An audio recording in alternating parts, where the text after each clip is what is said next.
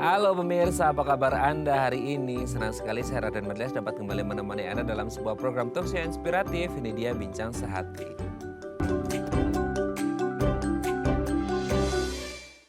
Coba Anda sebutkan salah satu hal yang bikin Anda nggak nyaman pemirsa. Kalau saya pernah ya beberapa tahun yang lalu gitu ya.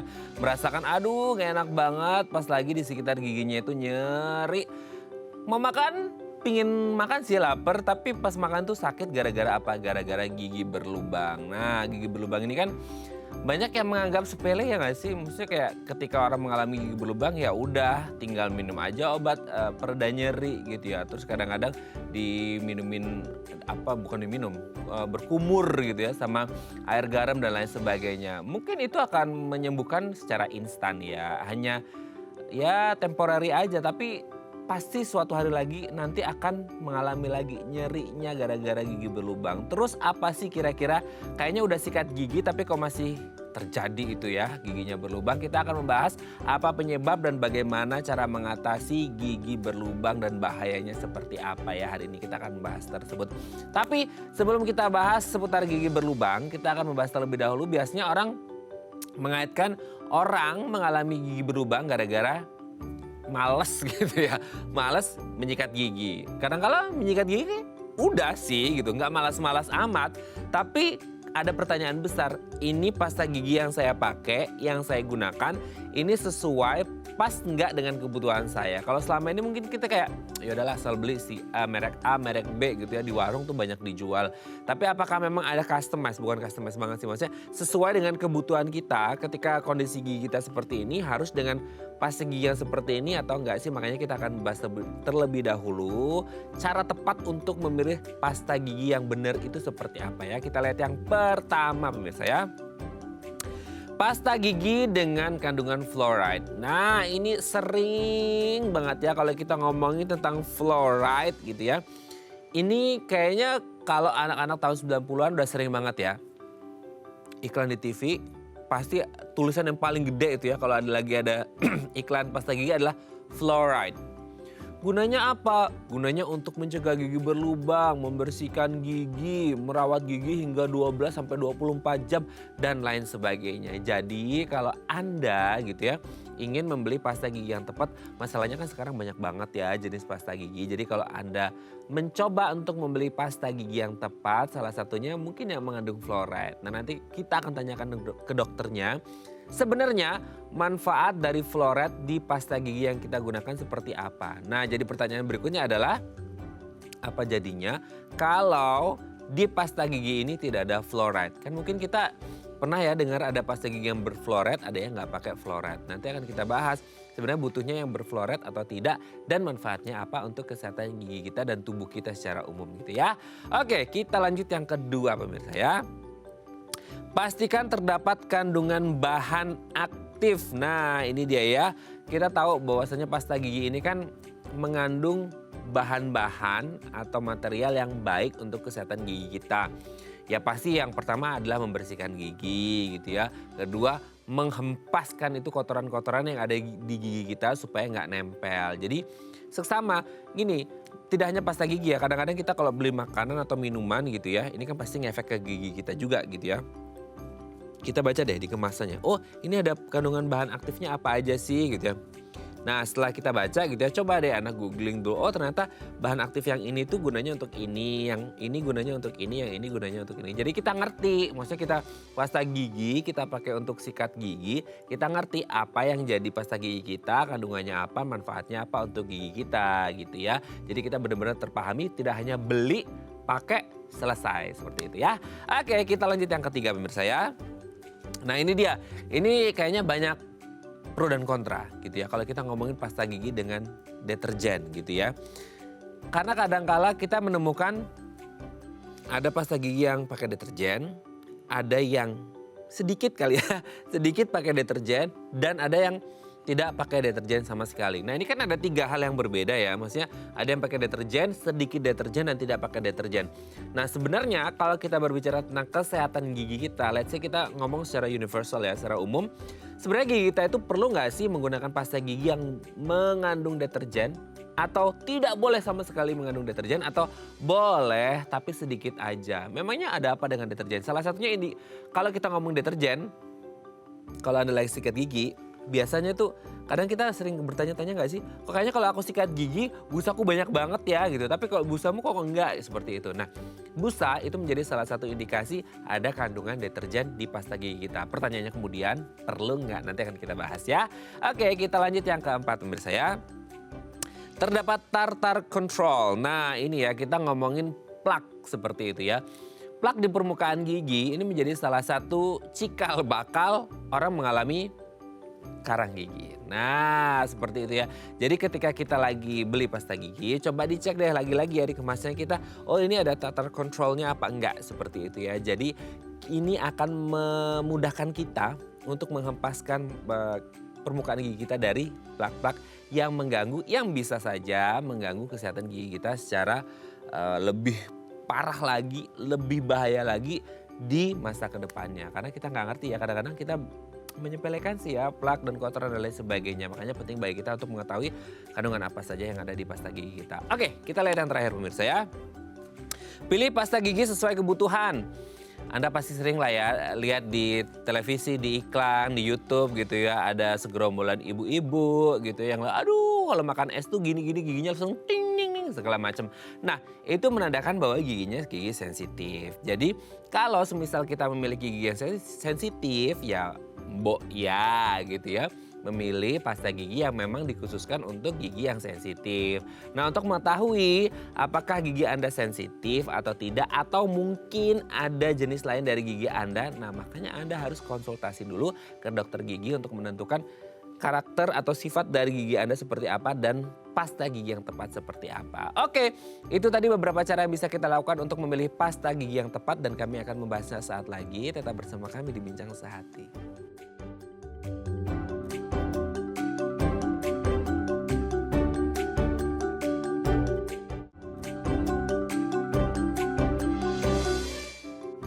Baik, Anda masih bersama kami di Bincang Sehati. Tadi di segmen sebelumnya kita sudah membahas ya gimana sih cara memilih pasta gigi yang tepat. Nah ini juga pelajaran bagi saya juga ya pemirsa, kan selama ini kayaknya belinya yang ya udahlah yang apa yang di depan mata di warung gitu ya. Ya udah itu, apalagi kalau untuk mungkin ibu-ibu rumah tangga ya udah Pak beli yang paling murah. Nah yang penting ada pasta gigi. Nah kita harus tahu ya bahwa pasta gigi ini harus dipilih yang tepat. Nah untuk membahasnya telah hadir bersama kami di studio Bincang Sehati ada Dr. Gigi Shanti Astuti SP Perio, spesialis periodontia dari Bethsaida Hospital. Oke, assalamualaikum, selamat pagi dok, apa kabar? Waalaikumsalam, selamat pagi Mas Raden. Alhamdulillah sehat ya dok ya? Sehat. Oke dok, hari ini kita akan membahas seputar pergigi-gigian.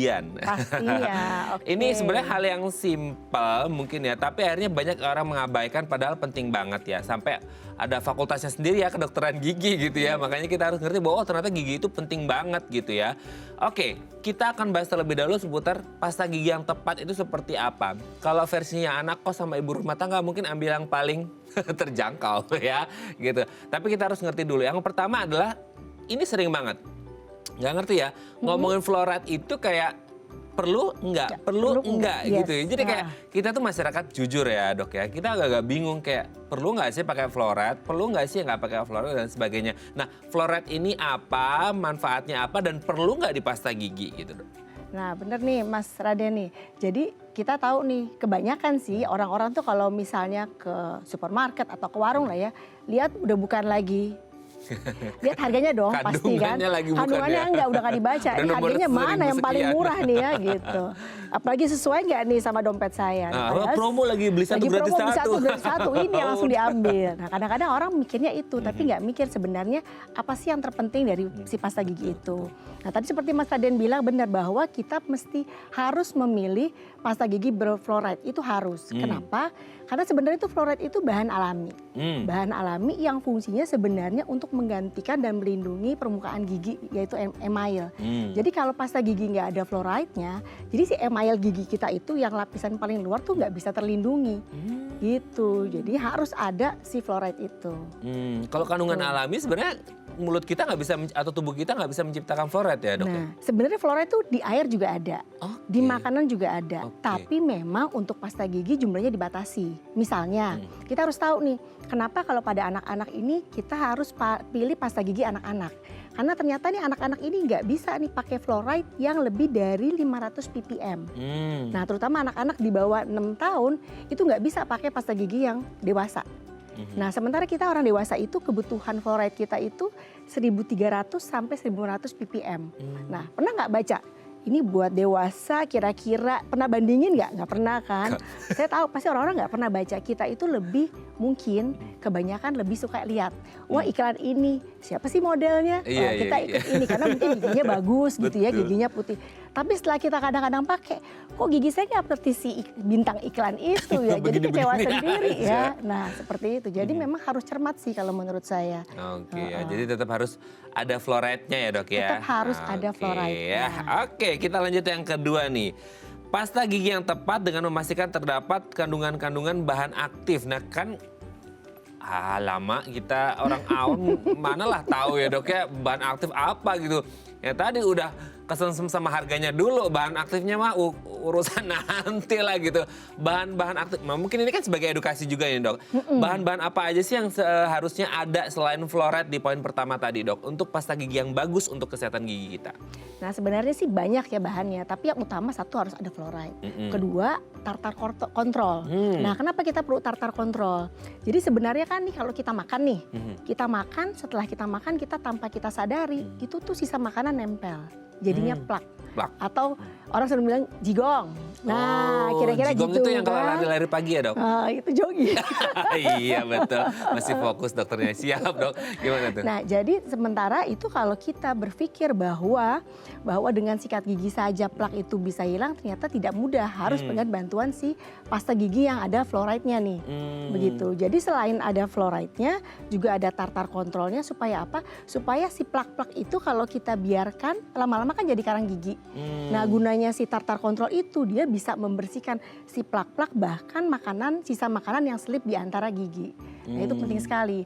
Dan bahkan kadang-kadang nih tadi seperti Mas Raden bilang kita udah kesemsem sama packagingnya, warnanya pokoknya ada glitter-glitter, gitu ya. iklannya sering gitu ya udah paling. Nah tapi sebenarnya kita lihat dulu perlu nggak nih misalnya tadi kalau kita lihat selain itu ada juga ya dia memberi misalnya rasa mint. Iya.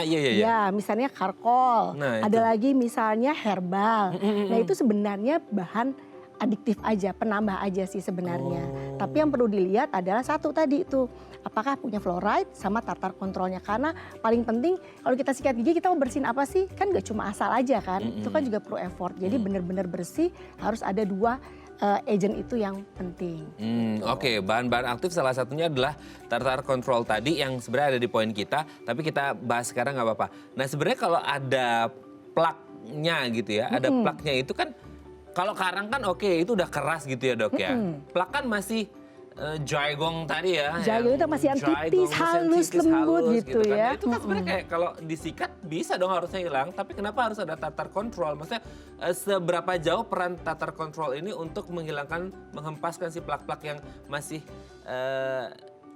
lunak-lunak gitu kan. Gitu. Sekarang pernah nggak pasta gigi dipegang di tangan? Coba kira-kira apa?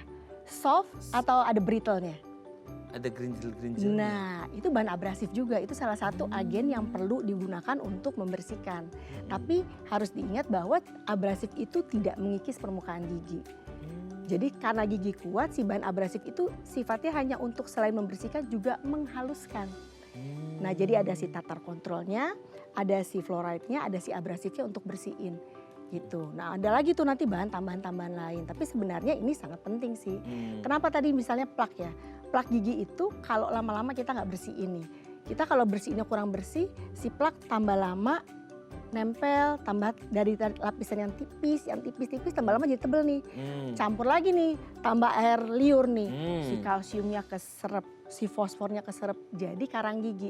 Jadi sebenarnya kenapa karang gigi itu bisa terbentuk? Karena dari si plak yang nempel berlapis-lapis, tambah lagi kena air liur, mungkin dengan merokok, nah itu tambah tebel.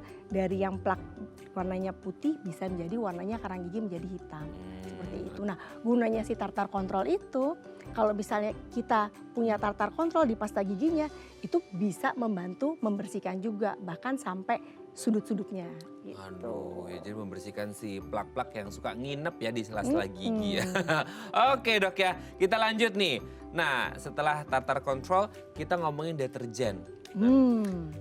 Kayaknya ya, itu orang akan lebih puas kalau sikat gigi busanya sampai menutupi muka kali ya gitu. Kayak lebih bersih kalau nggak ada busanya itu kayak nggak mantep gitu. Nah deterjen itu kan katanya bisa menghasilkan busa. Butuh atau nggak? Perlu atau nggak sih sebenarnya? Kalau Mas Raden mandi, kalau misalnya nggak ada foamnya, nggak ada busanya, mandinya kurang seru ya. Kayak aduh nggak bersih gitu ya. Nggak sempurna gitu ya, kayaknya nggak maksimal. Gitu. Sebenarnya juga sama gitu. Jadi sebenarnya deterjen itu kita sebutnya SLL. SLS, jadi sodium lauryl sulfat. Jadi fungsinya itu adalah sebenarnya untuk membuat foam, busa. Gitu. Ini juga sebenarnya bahan alami sih dari minyak kelapa atau minyak kelapa sawit gitu ya. Jadi bantu untuk meringankan tegangan air. Jadi untuk bantu tuh supaya bersih si foamnya itu. Jadi semakin dia ada, jadi foamnya itu pun juga sifatnya itu sebenarnya cuma less dari 1%. Oh, gitu. Sedikit ya? Sedikit, jadi hanya untuk membantu membersihkan. Jadi kan kalau kita membersihkan ada busanya, kita bisa lihat makanya kenapa si foamnya itu ketika kita habis sikat gigi ada foam, kita harus cepat-cepat kumur. Karena sebenarnya dia juga nggak boleh lama-lama tuh dalam mulut si foamnya, apalagi sampai kena muka kan nggak mungkin juga kali ya. Gitu. Ya nggak boleh, sampai kena muka ketutupan nggak bisa ngelihat. Nggak bisa lihat ya giginya. Dan satu lagi nih Mas Raden, orang-orang lebih senang misalnya, aduh kalau misalnya tadi kalau foamnya nggak banyak atau kalau busanya nggak banyak itu kayaknya belum sikat gigi. Nah yang perlu diingat ada beberapa pasta gigi itu yang benar-benar kandungan SLS-nya itu banyak sekali. Tapi ternyata itu sangat merugikan. Mungkin ada orang yang senang dengan berbusa, ada orang yang senang busanya sedikit, ada orang yang senang busanya biasa-biasa aja. Nah apa sih sebenarnya efek si busa ini dalam rongga mulut kita? Kalau misalnya busanya banyak, otomatis si air liur kita ini jadinya gampang sekali kelenjarnya itu mengering. Jadi yang tadinya kita mungkin air liurnya jadi encer, tapi kena foamnya terlalu banyak, jadi air liur kita jadi kental. Sehingga self cleansing dari rongga mulut kita sendiri jadi berkurang nih. Nah makanya saya selalu sarankan kalau bisa pilihnya yang sesuai lah. Jadi jangan yang terlalu banyak foam. Karena itu merangsang rongga mulutnya jadi semakin kering. Kalau rongga mulut semakin kering, terus pembentukan plaknya lebih cepat, nah itu kan karang giginya juga lebih cepat pastinya.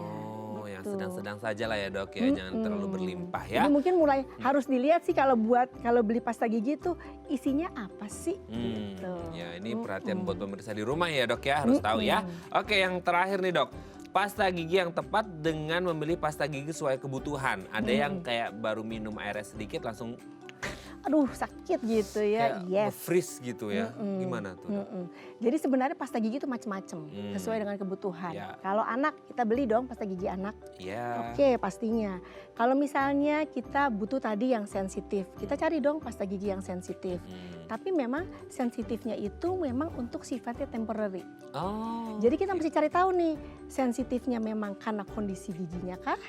Atau memang dengan cara misalnya dengan menggunakan pasta gigi sensitif yang fluoride lebih banyak, itu bisa mengcover. Karena ternyata kan si fluoride ini juga mengembalikan tuh si mineral yang hilang tuh gara-gara terkikis sama si plak itu.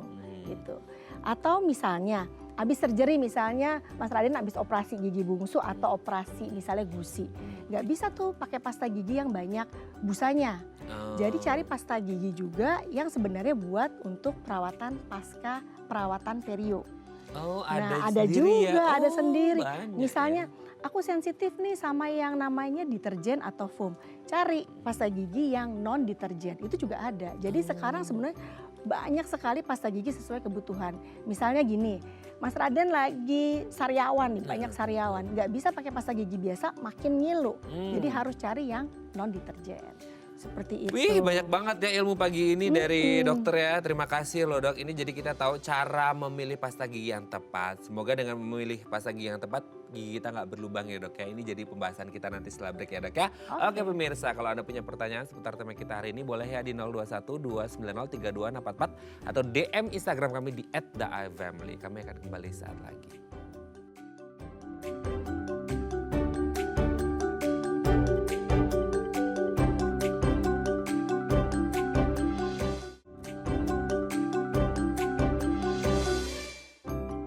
Baik, karena masih bersama kami di Bincang Sehati, kita masih membahas tema kita hari ini seputar bahaya gigi berlubang. Coba cek, segera ke cermin, adakah gigi Anda mulai berlubang? Ini kan serem banget ya. Boleh kalau mau tanya-tanya di 021 290 3244 atau DM Instagram kami di @theifamily. Kita masih bersama dengan Dr. Shanti Astuti SPPerio, spesialis periodonsia dari Bethesda Hospital. Oke, dok kita lanjut lagi. Gigi berlubang, ini kayaknya masalah yang banyak banget ya, saking banyaknya jadi banyak banget gitu ya. Mulai dari anak-anak, remaja, dewasa, bahkan mungkin lansia orang mengalami gigi berlubang. Gigi yang katanya punya enamel, yang katanya bagian terluar dan terkeras ya. Yes. Terkeras katanya di tubuh kita, bisa berlubang gitu. Kenapa? Ada apa? Gigi berlubang itu sebenarnya kondisinya seperti apa sih dok? Nah jadi gini nih, kalau kita ngomongin gigi berlubang ya, sebenarnya penyakit gigi berlubang itu atau kita sebut karies itu penyakit gigi nomor 1 di Indonesia gitu. Jadi kita mesti tahu nih sebenarnya. Jadi benar tadi menyerang ke semua orang. Umumnya simpel banget, penyebab gigi berlubang adalah biasanya karena kita malas sikat gigi. Karena apa? Karena si plak tadi, kita balik lagi nih ngomongin si plak. Si plak nempel, otomatis si plak itu kan isinya bakteri dong. Nah si bakteri itu tambah lama dia senang nih sama yang namanya manis atau karbohidrat. Oke dok, sebelum dilanjut, plak itu kan dari sisa makanan, kenapa bisa berisi bakteri ya? Nah karena kan di dalam mulut kita nih segala macam binatang, ibaratnya mikroorganisme banyak. Ada yang baik, ada yang jahat. Nah gunanya itu makanya tadi balik lagi tulis sedikit tuh ke pasta gigi untuk membersihkan. Tapi tetap aja masih ada mikroorganisme. Nah itu sebenarnya untuk membalancing sebenarnya gitu ya dengan adanya air liur. Nah tadi nih balik lagi ke gigi berlubang. Jadi si plak ini kan sikat gigi nggak bener-bener bersihin 100% bener nih. Kadang-kadang kita perlu bantuan lah misalnya obat kumur atau apa sikat gigi yang bener juga. Nah ketika si plak itu nempel ada si bakteri, tambah lagi kita suka makan manis, si permukaan yang tadi yang si keras itu si email itu tambah lama terkikis dong pelan-pelan, lapisannya pelan-pelan. Nah umumnya kalau pada lapisan email itu lubangnya biasanya nggak ada kerasa apa-apa. Cuma kalau pasiennya notice, kalau lihat kaca, ini ada item, nah itu baru. Tapi misalnya kalau udah sampai sakit kepala, nggak bisa tidur, nah itu biasanya baru tuh inget, aku mesti ke dokter gigi ceritanya. Nah ya begitu kan Mas Raden? Iya betul, 100% correct ya itu ya. Nah tapi kalau ngomongin tadi penyebabnya gara-gara plak gitu ya, bakteri. Tadi dalam ternyata banyak ya di dalam mulut kita. Dan thanks God-nya itu alhamdulillahnya ada air liur yang sebenarnya dia antiseptik alami gitu nggak sih? Yes, betul ya. Nah, iya. tapi kan masih harus berjuang juga ya melawan bakteri-bakteri. Biasanya bakteri apa dan penyebab utamanya itu gara-gara si bakteri atau mungkin ada penyebab yang lain juga dok selain bakteri yang ada di mulut kita? Nah bakteri yang dominan itu adalah Streptococcus biasanya. Jadi itu ada di permukaan mulut kita. Sebenarnya itu kalau kita membersihkan tadi ya, si bakteri itu berkolaborasi. Gitu. Jadi misalnya penyebabnya cuma berkolaborasi antara nih permukaan gigi, bakteri, si plak sama waktu. Nah, itu yang paling penting tuh. Jadi semua karena berkolaborasi tambah lama terus menerus akhirnya si giginya berlubang. Nah, jadi peran si bakteri itu sebenarnya karena adanya si plak dan kondisi rongga mulut yang sifatnya asam, nah itulah membuat si permukaan giginya tambah lama mengalami demineralisasi. Jadi tambah lama mengikis. Oke, demineralisasi ya. Tapi kan tadi yang menarik tuh oke lah kalau plak, bakteri memang sudah ada di situ gitu ya. Yang menarik tuh waktu gitu ya. Sampai akhirnya gigi itu bisa berlubang, perlu waktu berapa lama sih dok? Maksudnya kayak ya nggak bisa ditentukan juga setiap orang kan sama. Karena mungkin jumlah plak, bakterinya akan berbeda-beda. Tapi normalnya biasanya ketika sudah terjadi penumpukan plak, tapi dia akan ke karang gigi dulu nggak sih sebelum berlubang atau gimana? Iya. Oh, berarti plak karang gigi akhirnya berlubang. Perlu waktu berapa lama itu kira-kira? Sebenarnya kembali lagi, kadang-kadang ini kondisi setiap orang berbeda dong. Jadi ada orang yang emailnya memang tipis. Ada orang yang emailnya tebal, walaupun dia keras ya, cuma mungkin dia cuma berapa mikron begitu. Nah, ketika misalnya tambah lagi tuh rajin sikat gigi sehari berapa kali? Orang 2 kali kan biasanya. Tapi ada juga yang mungkin cuma sekali. Nah, berarti kan waktu Anak untuk kostum kali itu. karena irit ya bersikat gigi sama pastanya ya. Nah, jadi sebenarnya kalau ketika dia malas sikat gigi, waktunya tambah banyak, otomatis pembentukan si asam di permukaan giginya makin cepet dong. Oh iya. Nah, sehingga tambah lama mulai tuh tergores sedikit-sedikit tuh permukaan gigi. Apalagi kalau misalnya ternyata emailnya tipis. Nah, itu lebih mudah lagi seperti itu. Oke. Nah, ternyata email meskipun bagian terkeras tapi mungkin beda-beda ya tingkat ketebalannya Iya, dari setiap orang itu berbeda-beda seperti itu. Jadi akan waktunya itu beda-beda juga Beda-beda gitu ya. juga. Nah, yang menjadi pertanyaan berikutnya, ketika kita lihat gigi berlubang tadi kan di awal kayak enamelnya mulai menipis kelihatan ada item-item gitu ya. Nah, sebenarnya gigi berlubang itu dia lubangnya itu bisa kan kalau kita ibarat orang menggali tanah kan dari yang dangkal sampai dalam gitu ya. Nah, sebenarnya ketika orang mengalami gigi berlubang itu di bagian sampai mana itu lubangnya dok? Maksudnya kan awal pasti enamelnya dulu dong, emelnya gitu. Nah, sampai terdalam bisa nggak sih dia sampai menembus ke rahangnya gitu sampai serem banget gitu? Nah, jadi gini, kalau misalnya gigi berlubang nih, kita bicara anatomi dulu nih. Lapisan luar kan email atau enamel ya. Nah, ketika misalnya kena di emailnya, kalau yang bagian atas biasanya masih tebal nih, Mas Raden. Tapi kalau udah kena di sisinya, nah itu kan tambah lama email komposisinya tuh menipis di bagian tepi. Nah, jadi kan dari gigi atas bentuknya dia gini. tebel. Nah, tebel. Kan bentuk gigi gini. Iya, tambah lama ke bagian samping. Nah, itu menipis. Yang mendekati rahang berarti dia tipis. Yang mendekati gusi. Gusi. Nah, itu kan menipis tuh. Iya. Nah, jadi sebenarnya paling sering adalah satu, permukaan atas yang tidak sering dibersihkan. Kedua, tepi samping. Malah kadang-kadang sering ketemu pasien nih, dok giginya kok sakit ya, tapi nggak ada lubang. Nah, begitu kita cek, terutama kita foto, oh ternyata lubangnya di samping, bahkan sampai di bawah gusi. Nah, ada yang seperti itu. Jadi kalau udah di bawah gusi, kadang-kadang udah nggak sampai di email lagi, udah sampai di lapisan yang di bawahnya email, namanya dentin. Nah, kalau udah sampai di dentin itu keluhannya mulai nih rasanya ngilu. Ngilunya itu udah mulai ngilu, tapi on off gitu. Terus kadang-kadang pasien lupa nih, udah hilang. Didiemin dong, sebulan, 2 bulan, terus 6 bulan tiba-tiba sakit sampai sakit kepala, bahkan sampai nangis. Gara-gara si lubang gigi nih. Ternyata si lubangnya itu udah sampai syaraf. Jadi habis email, dentin, nah dia masuk ke syaraf nih. Nah kalau udah sampai syaraf, biasanya ini pasien nih keluhannya maunya marah. Nggak bisa tidur, mau nangis. Pokoknya segala macam deh, nyala-nyalain orang. Nah kalau udah sampai seperti itu, biasanya perawatannya nggak bisa sekali. Perawatnya harus berkali-kali. Nah itu kadang-kadang kita informasikan ke pasien ya, Pak, Bu, ini berdasarkan pemeriksaan, berdasarkan ronsen foto, ternyata lubangnya sudah mencapai syaraf. Jadi perawatannya tidak bisa dengan penambalan biasa nih. Jadi penambalannya harus dengan perawatan saluran akar. Nah kadang-kadang kepikiran nggak, dokter gigi ini berkali-kali datangnya suka males. Iya kan, suka begitu. Nah sebenarnya kalau kita lubangnya masih di permukaan email atau permukaan dentin, biasanya dokter datang, dicek, diperiksa semua, kadang-kadang perlu foto ronsen. Kita lihat ternyata lubangnya belum sampai si syaraf, si pulpa, kita bisa langsung melakukan penambalan tetap. Jadi nggak usah khawatir. Tapi kalau misalnya ternyata begitu dilihat, ya ini udah sampai ke syaraf. Nah biasanya dokter akan melakukan perawatan syaraf. Di mana perawatan syaraf itu tergantung. Bisa 2 kali kunjungan, bisa 3 kali kunjungan. Itu tergantung lagi nanti jenis perawatan atau kondisi dari giginya. Oke, Gitu. dok, serem juga ya, gitu ya. Ternyata tidak hanya dari atas ya dia Dari lubangnya, samping dari juga. samping juga bisa bahkan bisa lebih berbahaya Bisa karena bisa bahkan langsung di bawah gusi. Nah, langsung. iya. Berarti nggak kelihatan dong dok? Enggak. Nah, kadang-kadang makanya pasien suka bingung, dok ini gimana kok sakit tapi di sini. Nah, kita bisa ngelihatnya melalui ronsen foto karena bener-bener di bawah gusi lubangnya. Oke, itu pengaruh sama, kayak plaknya tadi nggak sih? Kayak plak itu kan kadang-kadang di atas ada di samping. Berarti kalau yang di dalam itu mulai dari gusi itu berarti karena plak yang di karena samping-samping. plak yang nggak bersih itu.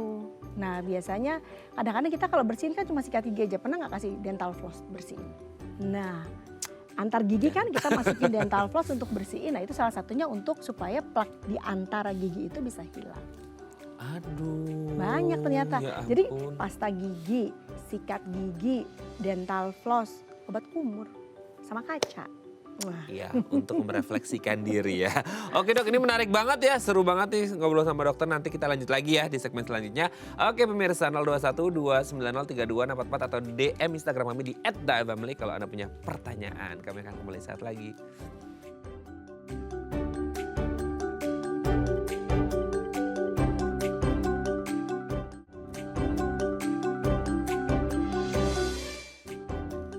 Baik, Anda masih bersama kami di Bincang Sehati. Kita masih membahas tema kita hari ini, tema kita dan masalah kita yang selama ini terjadi ya mungkin ya, yaitu gigi berlubang. Nah kalau Anda punya pertanyaan boleh ya di 021 290 3244 atau DM Instagram kami di @daifamily. Kita masih bersama dengan Dr. Shanti Astuti SP Perio, dokter gigi dan juga spesialis periodontia dari Bethesda Hospital. Oke dok, kita lanjut lagi. Ya. Gini, sering kali kalau kita ngomongin gigi gitu ya, apalagi orang ngomongin gigi atas lah, segala macam. Tadi udah disebutin tentang saraf dan lain sebagainya gitu ya. Hati-hati kalau masalah gigi, jangan asal cabut, jangan asal ini itu segala macam. Karena katanya bisa tuh menyebabkan kebutaan lah dan lain sebagainya. Itu kan kayak serem banget dari gigi sampai buta dan lain sebagainya. Sebenarnya kalau orang mengalami gigi berlubang gitu ya, kan tadi otomatis kan kayak ada lubang bolong terus menyentuh ke bawah ke gusi ke rahang yang ada sarafnya gitu. Bisa nggak sih, nauzubillah misalnya kayak dok ya, maksudnya kalau ini pun benar ya semoga bisa ditindakan preventif gitu ya, ini saking takutnya nih dok ya. Dari gigi berlubang bisa nggak sih menyebabkan komplikasi-komplikasi penyakit yang lain dok? Bisa banget. Aduh. Aduh, serem dengernya ya. Serem. Jadi sebenarnya kalau kita diemin nih, tadi kan kita balik lagi nih, udah kena syaraf, kasih obat, terus datang lagi ya Pak minggu depan gitu. Mas Raden datang lagi minggu depan, Mas Raden, udah nggak sakit, saya nggak mau datang. Tahu nggak apa yang terjadi berikutnya? What's up? Jadi itu tambah lama si kuman itu karena ditutup di tambelannya, gigi ditutup dengan tambelan, karena masih infeksi. Dia akan cari jalan keluar. Dia mau jalan keluar ke atas nggak bisa karena ditutup. Ketutup. Dia akan cari jalan nih yang gampang dilewati. Dalam hal ini langsung ke bawah. Ya ada pembuluh darah gitu nggak sih Deket saraf? gusi, jadinya kenalah abses. Oh, Nah, bengkak itu kan dia. udah kena pembuluh darah semua kan, udah level pembuluh darah. Nah, abses gigi. Nah, kalau udah abses gigi yang terjadi apa? Udah lebih sakit, giginya bisa goyang, bahkan giginya bisa lepas. Tapi yang paling terpenting, tadi seperti Mas Raden bilang, kira-kira dok ini bener nggak nih bisa kemana-mana? Ini karena levelnya ke pembuluh darah, udah kuman-kumannya bisa menyebar. Ini sebenarnya kalau orang udah kena penyakit gusi atau penyakit abses ini, itu punya risiko 3 kali terkena penyakit stroke, penyakit jantung dan diabetes. Nah jadi mesti hati-hati nih. Jadi Lah, itu top 3. iya. Jadi kita masih hati-hati nih. Jadi jangan sampai nih gara-gara gigi berlubang ini tiba-tiba ada pasien saya. Kemarin juga kebetulan juga kita berdiskusi dengan dokter jantung. Jadi ada pasien sehat segala macam mau operasi jantung. Ternyata begitu dilihat kenapa masalahnya? Dicari-cari ternyata dari giginya. Aduh. Semua giginya itu udah jadi sisa akar. Jadi udah banyak gigi busuk. Jadi memang dipercaya itu si penyakit jantungnya itu bermula dari si giginya. Jadi mulai hati-hati nih semuanya nih. Jadi kalau udah punya gigi masalah gigi, bukan cuma karang gigi dan bau mulut, tapi itu bisa kemana-mana. Terutama misalnya kita penderita diabetes nih. Penderita diabetes punya penyakit gusi. Nah ini kayak siapa nih yang nyerang duluan? Siapa yang mau disembuhin duluan nih? Nah, itu. Mana diabetesnya, mana giginya. Nah karena orang penyakit diabetes udah pasti umumnya kondisi gusinya tuh udah beda. Giginya udah gampang goyang. Iya. Nah jadi ini mana nih? Harus kita tata laksana yang paling mudah apa? Yang paling mudah giginya. Dibersihkan dulu, dirawat dulu supaya apa? Menekan si gula darahnya supaya bisa lebih rendah. Gitu. Jadi jangan main-main loh. Walaupun ini cuma 5 cm ya. 5 cm dan giginya ada kalau komplit ada 32. Nah ini sangat penting. Jadi lemes ya. Tapi ya ini edukasi bersama ya bahwa dari Iya. gigi aja bisa merembet kemana-mana. Bahkan bisa stroke jantung, diabetes. Iya. Masya Allah, jangan sampai deh ya dok ya. Nah ini juga nih sering dengar juga. Ini makanya ketika kita ngomongin ibu hamil gitu ya, gigi berlubang.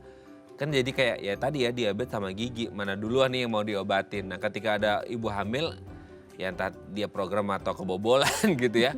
Kondisi masih gigi berlubang, ngefek gak sih ke kesehatan either ke ibunya sama janinnya dok? Nah ini lagi nih, ini suka mitos yang suka salah nih orang-orang. Jadi kalau lagi hamil aku nggak mau ketemu dokter gigi, biarin aja. Betul. Karena dipikir aku takut. Nah padahal sebenarnya orang lagi hamil itu trimester pertama, kedua, ketiga tuh hal-hal yang berbeda dong kondisi.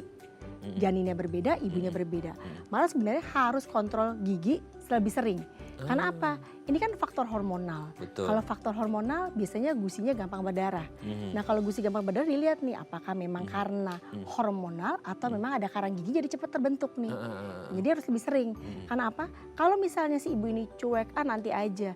Nah gusi yang merah, meradang itu kan sebenarnya kan radang ini kan sumber inflamasi. Iya. Dia nggak sadar, tanpa dia sadari itu si bakterinya bisa masuk tuh ke janinnya.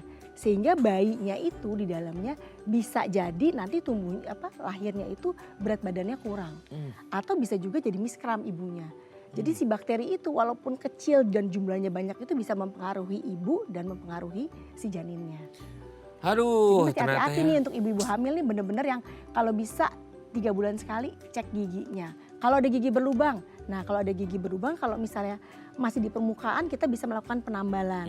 Tapi misalnya ternyata yang berlubang misalnya gigi bungsu nih, nah kita nggak bisa berbuat apa-apa karena kan selama dia hamil kan kita nggak boleh tindakan surgery. Nggak boleh surgery. Jadi kita harus tindakan preventif aja, yang penting bersihkan, kasih obat, meredakan sakit sampai nanti dia melahirkan baru yang giginya kita ambil. Oke. Seperti itu. Sekali lagi diulang dok, aman ya waktu hamil datang ke dokter gigi? Sangat aman dan harus periksa supaya untuk kesehatan ibu dan janin. Nah ini karena sering masyarakat kita hamil nggak mau ke dokter gigi, takut ini itu dan lain sebagainya ya. Aman, insya Allah ya aman ya. Oke dok, sebelum lanjut ini ada DM Instagram mau tanya-tanya ke dokter, ini dari Bu Rahayu ya. Dok, gigi geraham aku berlubang. Oh di ujungnya.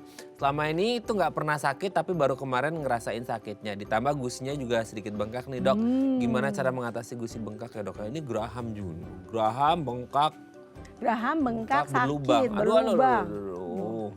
Gimana nih dok, Bu Rahayu? Jadi sebenarnya kalau menurut saya sih jangan jadi dokter sendiri ya. Yang jelas kadang-kadang kan orang kasih minyak cengkeh sakitnya hilang. Dia nggak tahu minyak cengkeh sakitnya hilang tapi giginya keropos. Nah hati-hati nih, sakitnya hilang tapi tambah lama giginya keropos. Jadi kalau bisa Bu Rahayu ya, Bu Rahayu jadi kalau bisa ke dokter gigi nih. Kalau ke dokter gigi ceritakan keluhannya. Jadi nanti dokter mendiagnosa. Biasanya untuk membantu menegakkan diagnosa, apalagi kalau geraham sudah ada berlubang dan gusi bengkak, dokter akan minta melakukan foto ronsen. Selama pasien nggak hamil ya. Jadi akan melakukan ronsen sambil dilihat apakah si lubangnya sudah kena syaraf atau bahkan ada infeksi di bawah gusi, di bawah gigi. Nah kalau sudah seperti itu, perawatannya biasanya nggak bisa sekali nih Bu Rahayu. Harus berkali-kali, misalnya perawatan syaraf. Nah perawatan syaraf juga datang, kunjungan pertama diobati, mungkin tadi gusinya bengkak, mungkin ada nanahnya, dikeluarin dulu nanahnya, diobatin dulu, kalau sudah diobatin gusinya, nanahnya, baru kita ke giginya. Setelah giginya diobati, baru nanti permukaan giginya kita rawat supaya giginya nggak gampang pecah.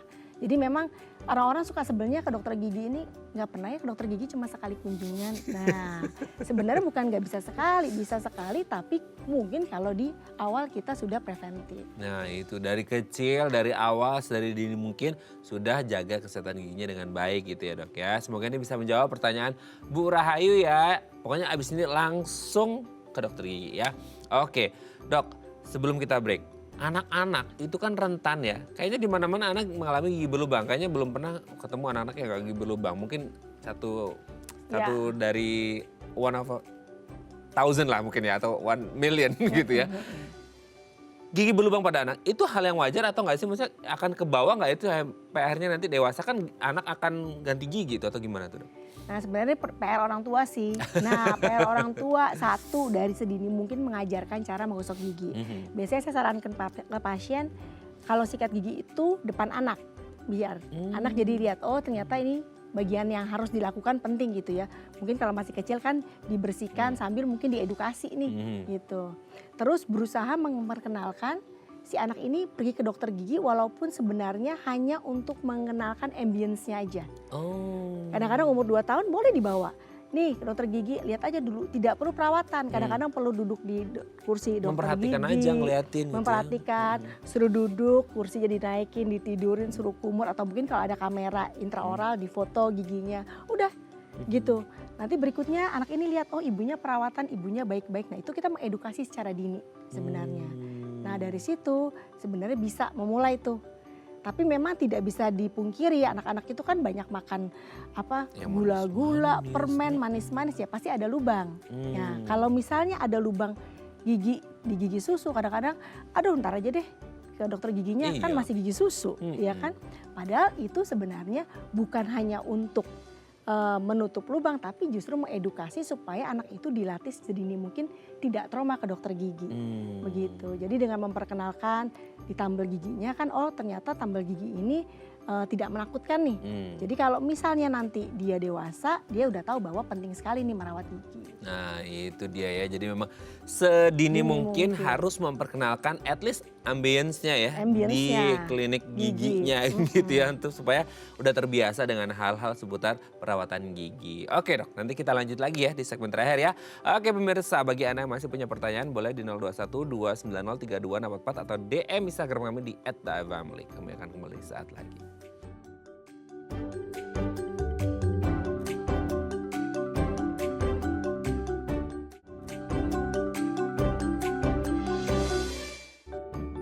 Baik, Anda masih bersama kami di Bincang Sehati. Kita masih bersama dengan Dr. Gigi Shanti Astuti SP-Perio, dokter gigi dan juga spesialis periodontia dari Bethesda Hospital. Dok, sebelum kita lanjut ya, ini tadi ada penelpon Bu Ivon di Jakarta mau tanya karena durasi kita agak mepet juga nih. Gigi di bagian atasnya itu berlubang, perlu nggak sih di crown? Gimana tuh dok? Ah gini, masa crown ya. Usianya 80 tahun nih. Oh 80 tahun. Tidak ada riwayat, ini aku lagi dikomandoin. Tidak ada riwayat penyakit, usia 80, gimana tuh? Oke, jadi gini, kalau misalnya gigi perawatan kenapa harus di crown? Saya jelaskan dulu apa itu crown. Crown itu adalah kita membuatkan suatu restorasi di mana kita buat di lab serupa dengan gigi, di mana nanti kita menempelkan si mahkota gigi itu, mahkota gigi tiruan itu ke permukaan gigi kita dengan cara sementasi. Oh ditutup istilahnya ya? Ditutup, tapi dengan bentuknya yang sama. Jadi gigi yang asli kita kecilkan, lalu kita masukkan si crown dengan cara mensementasi. Begitu. Nah biasanya kalau misalnya sampai dilakukan perawatan dengan menggunakan crown, umumnya satu, giginya sudah pecah atau giginya tinggal sepertiga bagian. Jadi misalnya giginya karena karies gitu ya, karena gigi lubang udah tinggal sepertiga, takut kalau ditambal lepas terus biasanya kita menggunakan crown gitu. Supaya mengembalikan bentuk gigi dan fungsinya. Jadi kalau kita mengembalikan bentuk sama fungsinya dia kan bisa dipakai untuk makan, terutama gigi belakang. Betul. Nah satu lagi biasanya kenapa harus dilakukan perawatan crown, biasanya gigi-gigi pasca perawatan syaraf. Nah kita selalu sounding ke pasien, Pak ini gigi perawatan syaraf kan giginya udah mati nih, karena syarafnya udah diambil. Nah treatment yang tepat adalah kita nggak bisa cuma tambel. Kalau kita cuma tambel nanti ada beban kunyah, giginya bisa fracture. Bisa frakturnya vertikal, bisa horizontal. Nah untuk itu kita harus gimana? Kita harus membuatkan restorasi atau mahkota gigi di atas gigi tersebut supaya melindungi gigi yang sudah mati itu. Jadi kita pakai jasadnya untuk keperluan kita fungsi. Gitu. Nah kadang-kadang orang tuh nggak mau habis perawatan dok tambal aja, ujung-ujungnya setelah ditambal giginya pecah. Nah kenapa harus pakai crown? Karena giginya udah mati, dia hanya dapat sumber makanan tuh dari sekitarnya. Jadi kalau kita nggak dikasih penahan, nggak dikasih rumah, nanti bebannya terlalu berat, gampang pecah. Jadi si crown ini nahan kalau kita makan nih. Nah seperti itu. Nah tadi mungkin Ibu Ivon itu karena mungkin giginya udah tinggal sepertiga gitu ya, atau mungkin setengah. Nah perlu dilakukan pembentukan mahkota gigi supaya melindungi sehingga giginya dapat dipakai fungsinya untuk makan kembali. Oke ya, semoga ini bisa menjawab pertanyaan Bu Ivon ya. Kalau pingin penjelasan lagi nanti bisa hubungi dokter gigi Shanti ya. Oke ya. Oke dok, kita lanjut lagi. Ini kalau ngomongin gigi berlubang sebenarnya ya ini ya. Ini kepikiran nih Bu Ivon masalah crown gitu ya. Untuk umumnya biasa kalau udah gigi berlubang cabut aja lah dok gitu. Nah maksudnya kalau orang gigi berlubang itu selalu berakhir dengan dicabut atau case by case ada perawatan misal ditambal atau lain sebagainya sih dok, sehingga akhirnya kayak opsi terakhir tuh dicabut gitu atau gimana? Sebenarnya sih kita kan periksa dulu nih, datang periksa, kita lihat nih lubangnya. Kalau lubangnya tadi masih di permukaan otomatis kita langsung tambal. Cuma kalau misalnya udah parah nih, terutama udah kena syaraf, terus habis itu giginya goyang. Nah kita bisa bilang sama pasien, Pak ini giginya lubangnya sudah parah dan misalnya ada infeksi atau goyang. treatmentnya adalah pencabutan. Nggak ada kata lain nih. Pokoknya kalau udah goyang, either goyangnya kanan ke kiri terus lubangnya udah besar, biasanya kita opsi kita cabut. Tapi kalau misalnya kita lihat lubangnya besar, terus pasiennya mau dirawat, kita biasanya dokter gigi ya biasanya tuh sedapat mungkin, semaksimal mungkin merawat gigi yang ada gitu. Kenapa? Bagaimanapun sebagus-bagusnya ada gigi, misalnya gigi implan, gigi apa, tetap paling enak gigi dari Tuhan dong. Betul. Nah, jadi sedapat mungkin kalau misalnya selama gigi itu nggak goyang dan nggak ada infeksi, kita pertahankan. Pertahankan. Nah, Oke. Nah, ini pertanyaan lagi nih ya, yang kadang-kadang menggelitik. Kalau satu giginya berlubang, bisa nggak sih nularin ke gigi yang lainnya nggak berlubang? Sebenarnya gini, menular atau sebenarnya nggak bisa jaga kebersihan sehingga akhirnya muncul lagi tuh gigi berlubang, gimana sih dok? Sebenarnya kalau misalnya nih gigi berlubang, sudah gigi kita aja, gigi sehat aja ada plak itu, bayangin nggak ada mikroorganisme. Iya. Apalagi berlubang, berarti nggak cuma itu dong, mikroorganismenya pasti numpuk di situ dong. Oh, iya. Nah kalau sebelahnya nggak dibersihin atau kurang dibersihin atau mungkin karena gigi ini berlubang dan sakit, biasanya aku nggak mau bersihin di sebelah situ, sakit, bersihin yang lain. Nah jadi apa? Jadi otomatis yang sebelahnya kan juga ada plaknya dong. Iya. Nah si kumannya tinggal geser dong ke sini dong. Ya udah terjadilah gigi berlubang. Terutama gini Mas Raden, kalau Mas Raden punya gigi tadi ya, kita lihat nih. Kalau gigi udah berlubang di antara gigi, di sela-sela, nah umumnya kalau satu gigi udah kena, itu sebelahnya pasti kena. Nah itu masih hati-hati, kalau udah di sela-sela gigi, siap-siap dokter akan bilang, Bu ini ada 2 lubang ya, sebelah kanan sama sebelah kiri, jadi tambelnya 2. Nah gitu. Aduh, ya jangan sampai seperti itu. Makanya harus jaga kesehatan gigi, terutama kalau Anda ini orang tua punya anak-anak sedini mungkin ya dok ya, harus dijaga kesehatan giginya. Terima kasih Dokter Shanty hari ini sudah berbagi. Semoga gigi kita semua sehat, tidak ada yang berlubang berkat edukasi dari Dokter Shanty hari ini. Terima kasih ya dok, ini amalnya sangat luar biasa nih ya, sudah berbagi informasi kita semua. Terima kasih dok, salam sehat selalu untuk keluarga di rumah dan teman-teman di Bethesda Hospital ya dok ya. Assalamualaikum. Oke pemirsa, itu tadi perbincangan kita seputar gigi berlubang ya. Semoga bermanfaat. Saya Raden Madlias pamit, sampai jumpa dan selamat kembali beraktivitas di hari Kamis yang indah ini. Ingat, jaga kesehatan gigi Anda, jangan sampai berlubang. Sampai jumpa. Terima kasih dok.